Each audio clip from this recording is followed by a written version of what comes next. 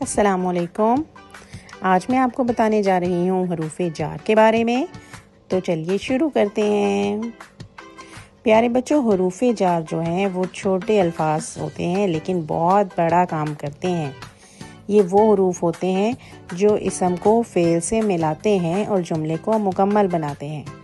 اگر حروف جار جملے میں نہیں ہوں یا اسم کو فعل سے نہیں ملائیں تو جملہ مکمل نہیں ہوتا اور اس کی سمجھ نہیں آتی۔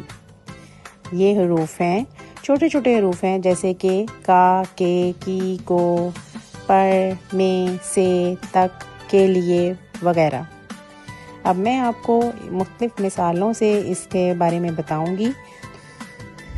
کتاب بستے میں ہے، یہاں پر حرف جار ہے میں۔ گیند میز پر ہے، اس جملے میں حرف جار کیا ہے؟ شاباش پر۔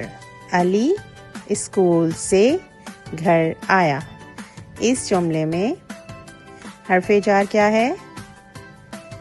شاباش سے حرف جار ہے۔ علی گلی سے ہوتا ہوا پارک سے چوک سے گزر کر گھر تک گیا، اس جملے میں کیا حرف جار ہے؟ شاباش تک حرف جار ہے۔ اب اس تصویر کو غور سے دیکھیے، یہاں پہ دو حروف جار کا استعمال ہے، جیسے کہ یہ فاطمہ کا بستہ ہے، اس جملے میں کا حرف جار ہے، اور یہ احمد کی کتاب ہے، اس جملے میں بھی کی حرف جار ہے۔ یہ زارا کے جوتے ہیں، یہاں پر کے حرف جار ہے۔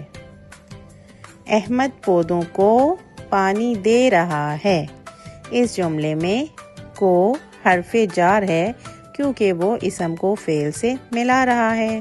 امی نے مزیدار کھانا بنایا ہے، یہاں پر نے حرف جار ہے کیونکہ نے کی وجہ سے امی اور مزیدار کھانے کا تعلق واضح ہوا ہے۔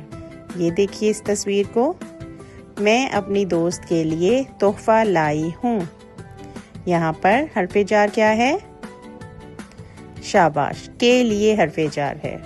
تو پیارے بچوں، آپ نے دیکھا کس طرح چھوٹے چھوٹے حروف تھے، جیسے کہ کا، کے، کی، کو، پر، میں، سے، تک وغیرہ۔ ان چھوٹے چھوٹے حروف نے جملے کے معنی کو مکمل کیا، اس کی وضاحت کی اور اسم کو فعل سے ملایا ہے۔ ان سب حروف کا استعمال بہت ضروری ہوتا ہے۔ آپ نے حروف جار کو لازمی ان کی مشق کرنی ہے، ان کو جملوں میں استعمال کرنا ہے۔ آپ سب اپنا خیال رکھیے گا۔ شکریہ، اللہ حافظ۔